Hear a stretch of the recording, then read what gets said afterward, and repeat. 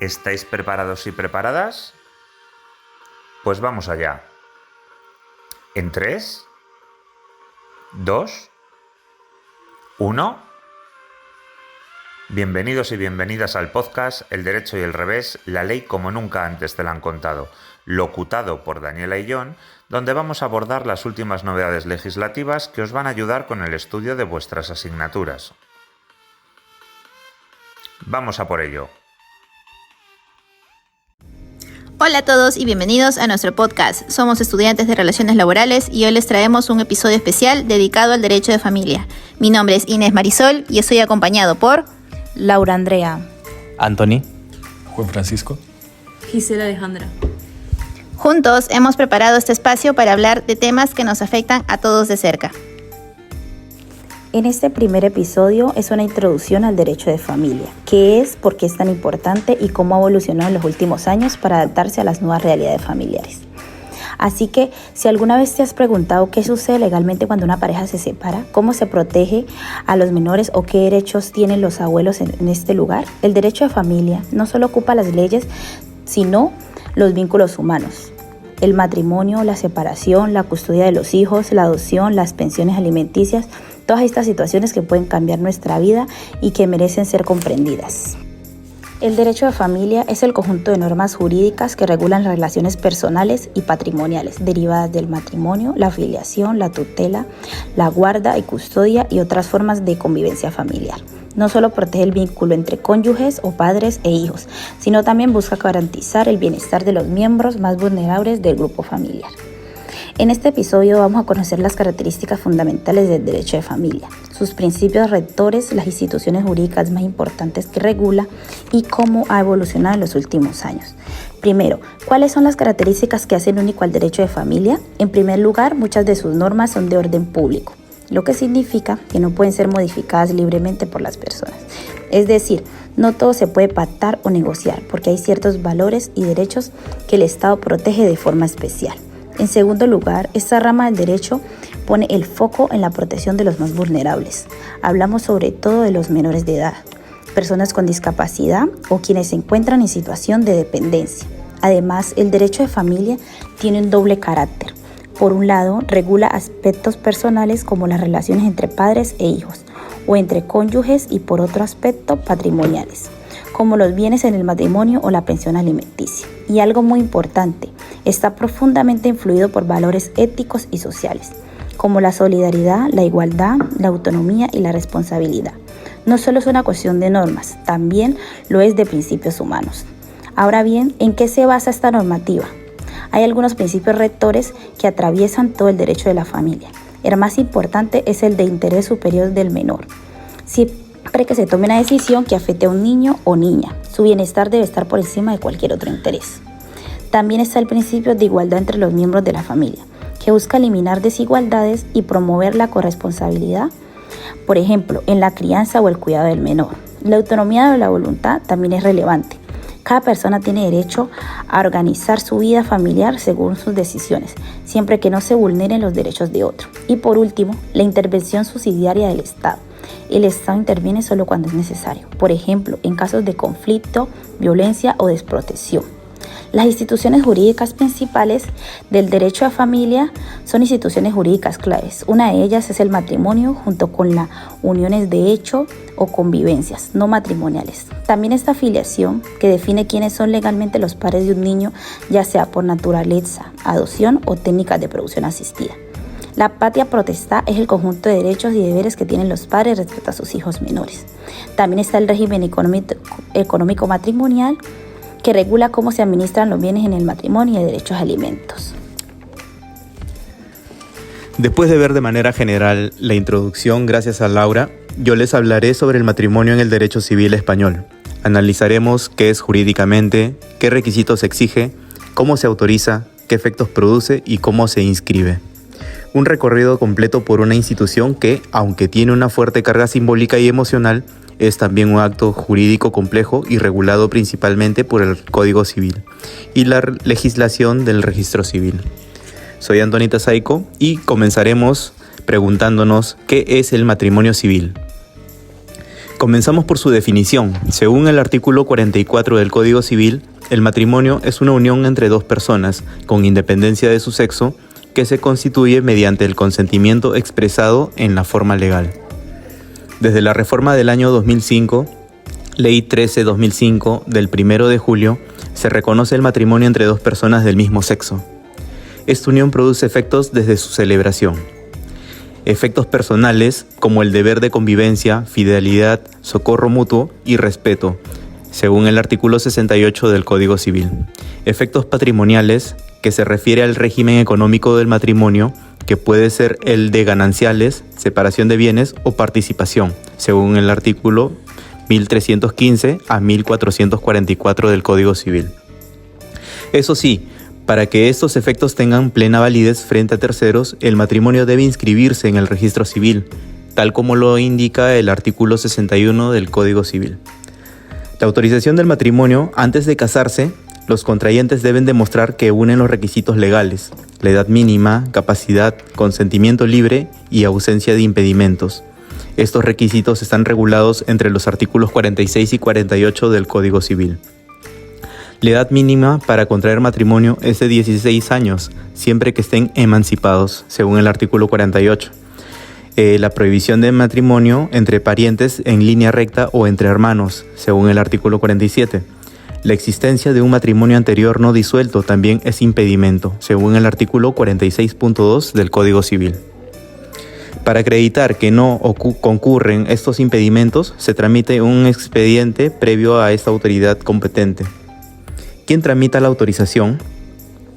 El expediente o acta previa al matrimonio se regula en la Ley de Registro Civil y se tramita por un notario del domicilio de cualquiera de los contrayentes, según la Ley 15/2015 de jurisdicción voluntaria, un letrado de la Administración de Justicia o el encargado del Registro Civil, según la Ley 20/2011 del Registro Civil, y en el extranjero puede hacerlo el funcionario diplomático o consular competente.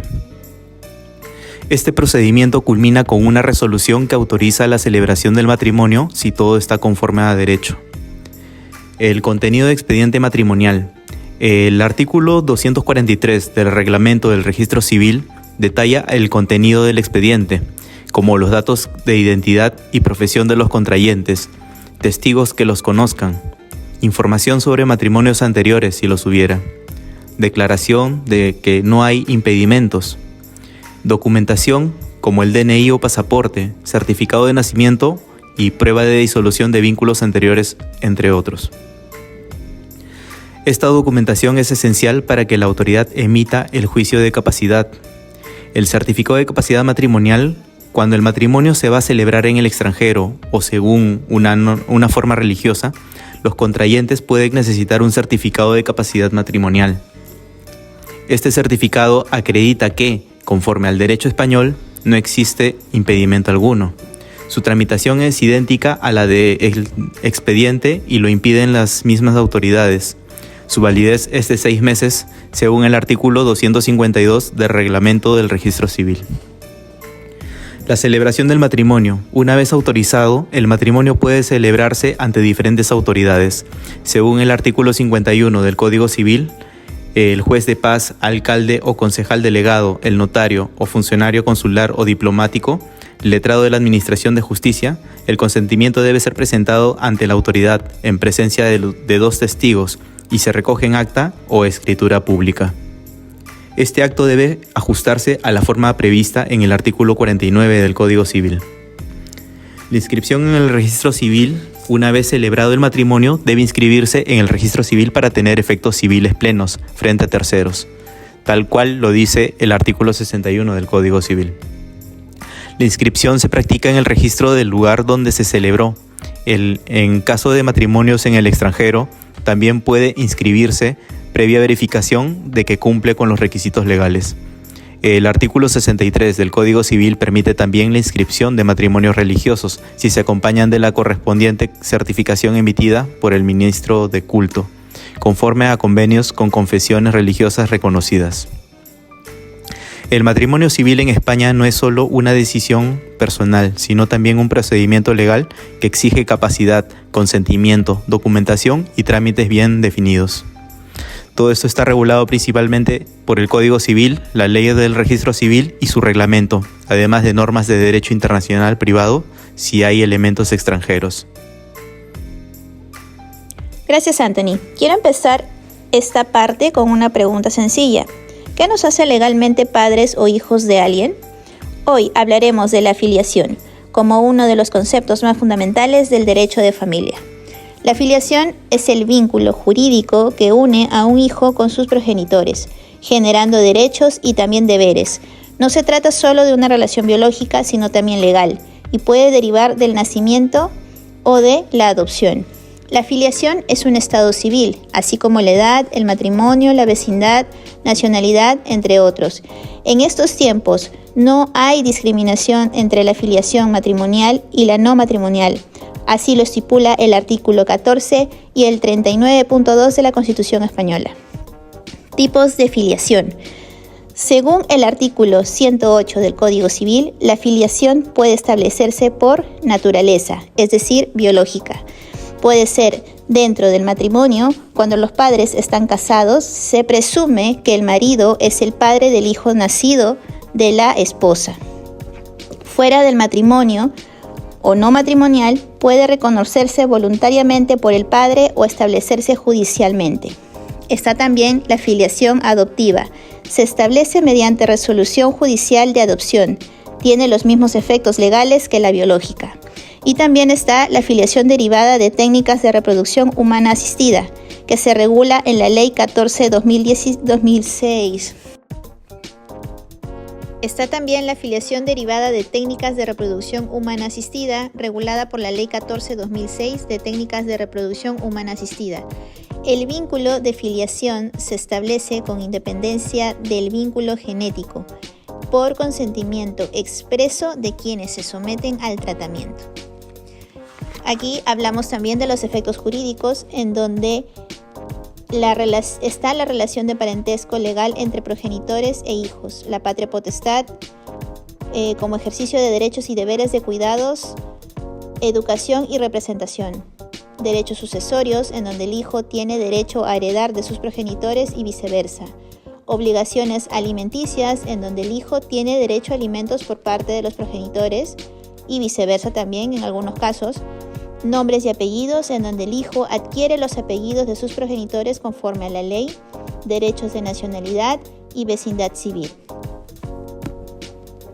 En la prueba de filiación, los medios de prueba están regulados en el Código Civil en el artículo 113. La filiación matrimonial se prueba con la inscripción del nacimiento junto al certificado de matrimonio de los padres en el registro civil.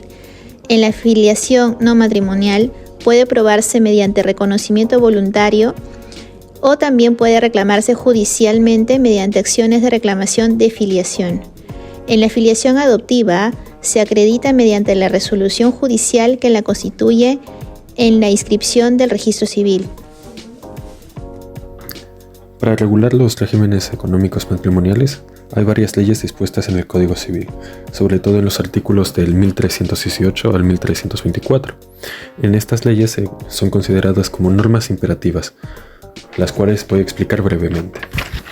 Comenzamos con el artículo 1318, en el cual se estipula que los cónyuges deben contribuir a los cargos matrimoniales y, en caso de un incumplimiento, un juez puede dictar ciertas medidas para asegurar que se paguen.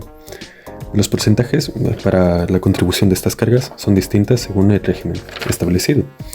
Por ejemplo, si el régimen es el de separación de bienes, este se decidirá según el patrimonio de cada uno de los cónyuges, mientras que en la sociedad de gananciales se va a usar el bien común para suplir estos cargos.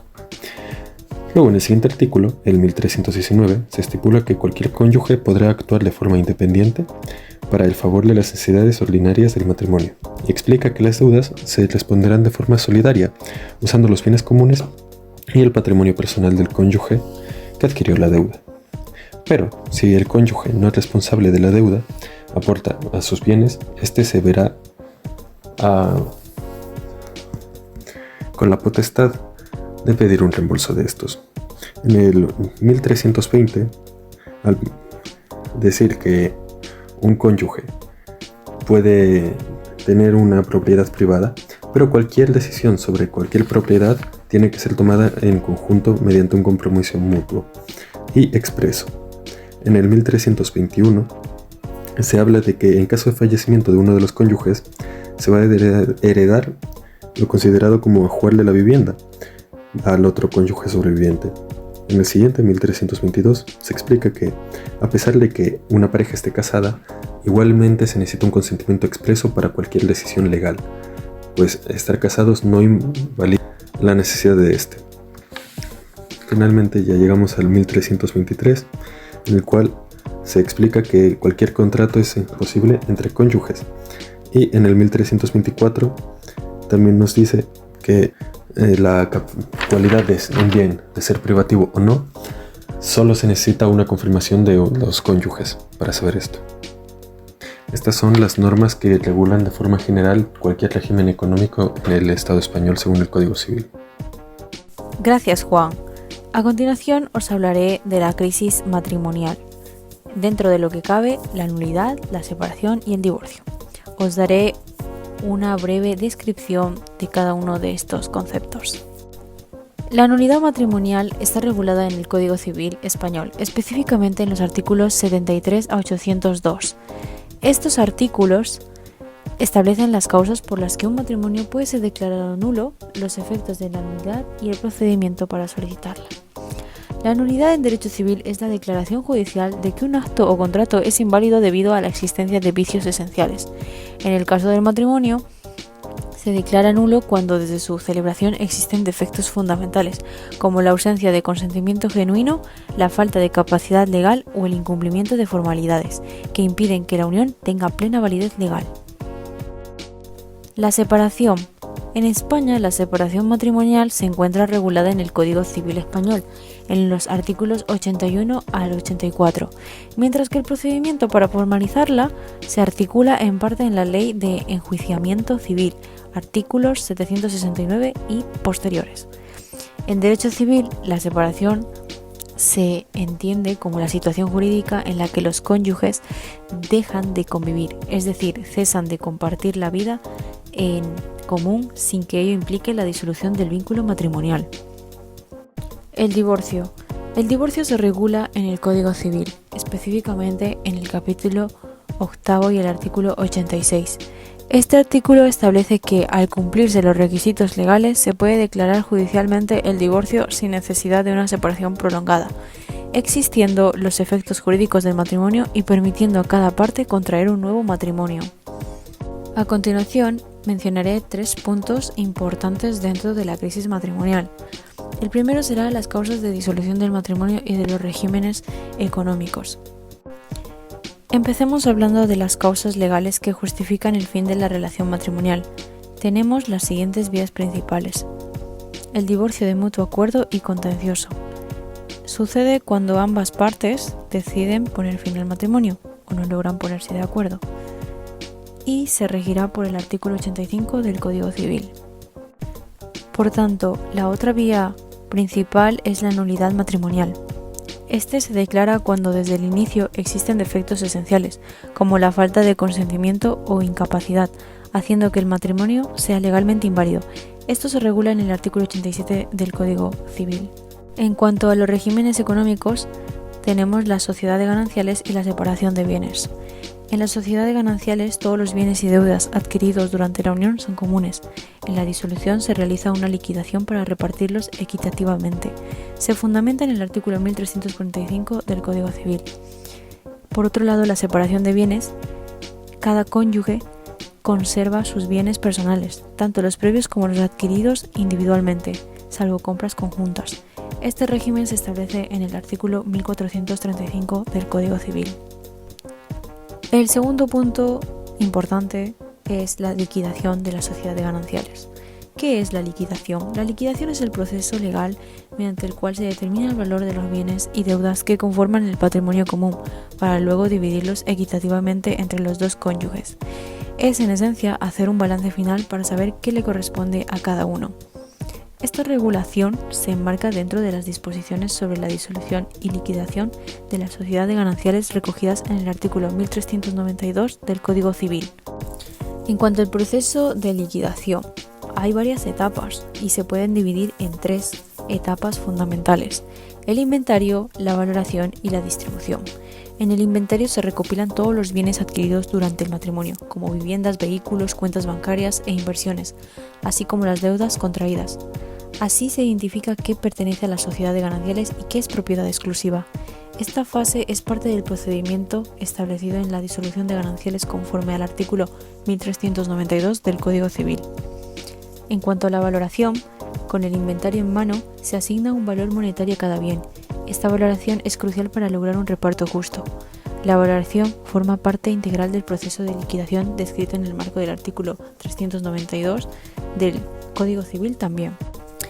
Y la distribución, pues generalmente el patrimonio se divide al 50% para cada cónyuge. Sin embargo, pueden darse situaciones en las que uno reciba bienes de mayor valor y se establezcan compensaciones económicas para equilibrar la diferencia. Esta etapa también está recogida en el artículo 1392 del Código Civil. Y tercer punto importante: patrimoniales tras la disolución. Cuando se disuelve un matrimonio no solo se cierra una etapa emocional, sino también la sociedad económica que se formó durante la unión. Esto significa que es imprescindible resolver la división de bienes y deudas acumuladas a lo largo de la convivencia. Entonces, ¿cómo es el reparto del patrimonio? El tratamiento de las cuestiones patrimoniales depende en gran medida del régimen económico que se haya adoptado durante el matrimonio. Veamos ambos casos. Pues anteriormente ya lo había mencionado, pero hagamos un breve repaso. En el régimen de sociedad de gananciales, todos los bienes y deudas generados durante la unión se consideran comunes. Al llegar el momento de la disolución, se inicia un proceso de liquidación en el que se inventarían y valoran los bienes. Se saldan las deudas y finalmente se reparte el remanente de forma equitativa entre ambos cónyuges. Por otro lado, la separación de bienes. Bajo el régimen de separación de bienes, cada cónyuge conserva la titularidad de los bienes que tenía antes del matrimonio y aquellos que adquiere individualmente durante la unión. De este modo, tras la disolución, no existe un patrimonio común que dividir, ya que cada parte conserva lo que le pertenece de forma individual. Y por último, y acabando el podcast, os hablaré de la importancia de este procedimiento. Resolver las cuestiones patrimoniales tras la disolución del matrimonio es crucial para que cada persona pueda comenzar su nueva etapa de manera clara y justa. Este procedimiento legal garantiza que se respete la contribución económica de cada uno y que las deudas contraídas en conjunto se aborden de forma equitativa. En casos de conflicto, especialmente en divorcios contenciosos, la intervención del juez es fundamental para lograr una distribución equilibrada, tal como lo establecen los principios del Código Civil y la Ley de Enjuiciamiento Civil. Y bueno, eso es todo. Espero que os haya gustado. Gracias.